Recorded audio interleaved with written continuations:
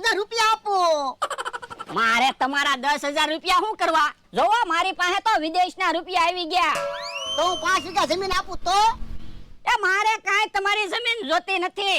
હવે તો હું વિદેશ વયો જવાનો છું અને ત્યાં લાડવા અને જલેબીનું ઊંધિયું બનાવીને વેચીશ ને તો એ મને મહિને 1,500 રૂપિયા મળી જાહે.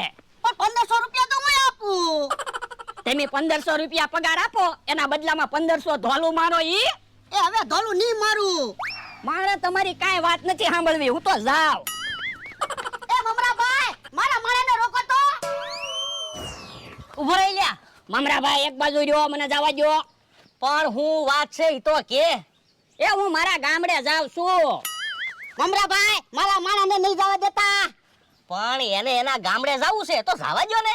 ઈ એના ગામડે નથી જાતો, વિદેશ જાય. હે, આને કોણ વિદેશ લઈ જાય? એ મિસ્ટર સીટરે કીધું જ છે.